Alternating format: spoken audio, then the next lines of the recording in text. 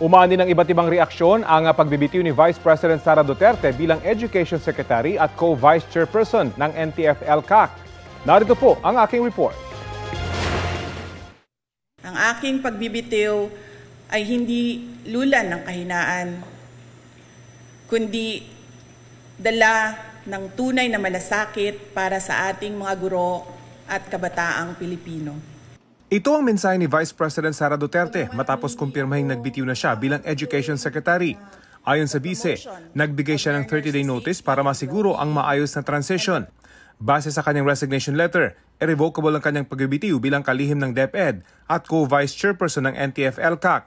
Bagamat hindi ako magpapatuloy na mamamahala sa kagawaran, patuloy pa rin nating itataguyod ang kalidad ng edukasyon na nararapat para sa Pilipino.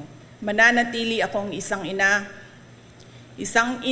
na nagmamatyag at titindig para sa kapakanan ng bawat guro at bawat mag-aaral sa Pilipinas. Sa kanyang talumpati, hindi nabanggit ni VP Sara kung bakit siya nagbitiw. Hindi na rin nagbigay ng dagdag na pahayag kaugnay nito ang kanyang kampo. Ayon sa Presidential Communications Office, tinanggap na ni Pangulong Bongbong Marcos ang resignation ni VP Sara. Si ACT Teachers Party List Representative Franz Castro ikinatuwa ang pagbibitiw ng bise. Sana lang daw ay maaga niya itong ginawa para nakapaglagay ng DepEd Secretary na galing talaga sa sektor ng edukasyon at alam ang kanyang ginagawa. Sabi ni Teachers Dignity Coalition Chairperson Benjo Basas, sana hindi politiko ang susunod na kalihim. Nangihinayang naman daw si Willie Rodriguez, ang National President ng PTA Philippines. Marami na raw kasi silang nakasalang na gagawin at proposals.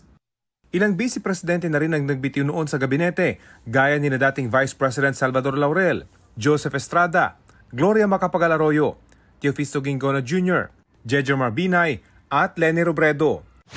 Ang pagbibitiw sa gabinete ni VP Sara, panibagong yugto ng usapan kung buo pa ba ang unit team. Kamakailan lang ay sinagot ito ni VP Sara. Ang unit team was the tandem during the 2022 elections and then tandem of Bongbong Sara during the 2022 elections. And then humanang elections, nidaog nami. Noong nakarang taon, unang napansin ang namumuong iringan sa pagitan ni VP Sara at House Speaker Martin Romualdez. Pagkatapos ma-demote ang kanyang malapit na kaalyado na si Pampanga Representative Gloria Macapagal Arroyo, nagbitiw si VP Sara bilang miyembro ng Partidong Lakas CMD noong May 2023. Pagkatapos niyan, umugong ang issue tungkol sa tinawag ni VP Sara na tambaluslos, katagang Bisaya para batikusin ang karakter ng isang tao. Tambaluslos ka. No comment. No comment sa tambaluslos. Hindi pinangalanan ni VP Sara kung sino ito. Pero nang hindi niya banggitin sa isang talumpati ang middle name ni Pangulong Marcos na Romualdez, naging usap-usapan kung ang House Speaker ang kanyang tinutukoy. Pagsapit ng Setyembre, naungkat na sa Kongreso ang budget ng Office of the Vice President. Partikular ang paggamit nito ng 125 million pesos na confidential funds sa loob ng 11 araw, kahit na wala namang alokasyon para rito ang OVP. Ang hinihingi namang 500 million pesos na panibagong confidential funds ng OVP kasama sa mga tinanggiang ibigay ng Kamara. Sino man ang kumukontra sa confidential funds ay kumukontra sa kapayapaan, kalaban ng bayan. Pagsapit ng Enero ngayong taon, naging kontrobersyal ang mga naging pahayag ng ama ni VP Sara na si dating Pangulong Rodrigo Duterte laban kay Pangulong Marcos. Si Bongbong Marcos bangag noon. Ngayong presidente na, bangag natin ang presidente. Matapos lang yun. Okay na tayo. Don't even dignify. Ang aligasyong yan, tinawanan lang noon ni Pangulong Marcos. I think it's the fentanyl. Fentanyl is the strongest painkiller that you can buy. It is highly addictive and it has a very serious side effects. Pero di raw nito na bago ang ugnay ng Pangulo at ni VP Sara. Nagpapasalamat din ako kay Apo BBM sa kanyang paggalang sa aking mga paninindigan. May respeto ako sa mga pananaw at opinyon ni dating Pangulong Rodrigo Duterte, pati na ng aking mga kapatid. Ngunit katulad ng posisyon ko sa maraming mga issue, hindi kailangan na sumasang-ayon ako sa lahat ng mga ito. Pero si First Lady Liza Marcos hindi nagustuhan ang pangyayari. Bad shot na yan sa akin.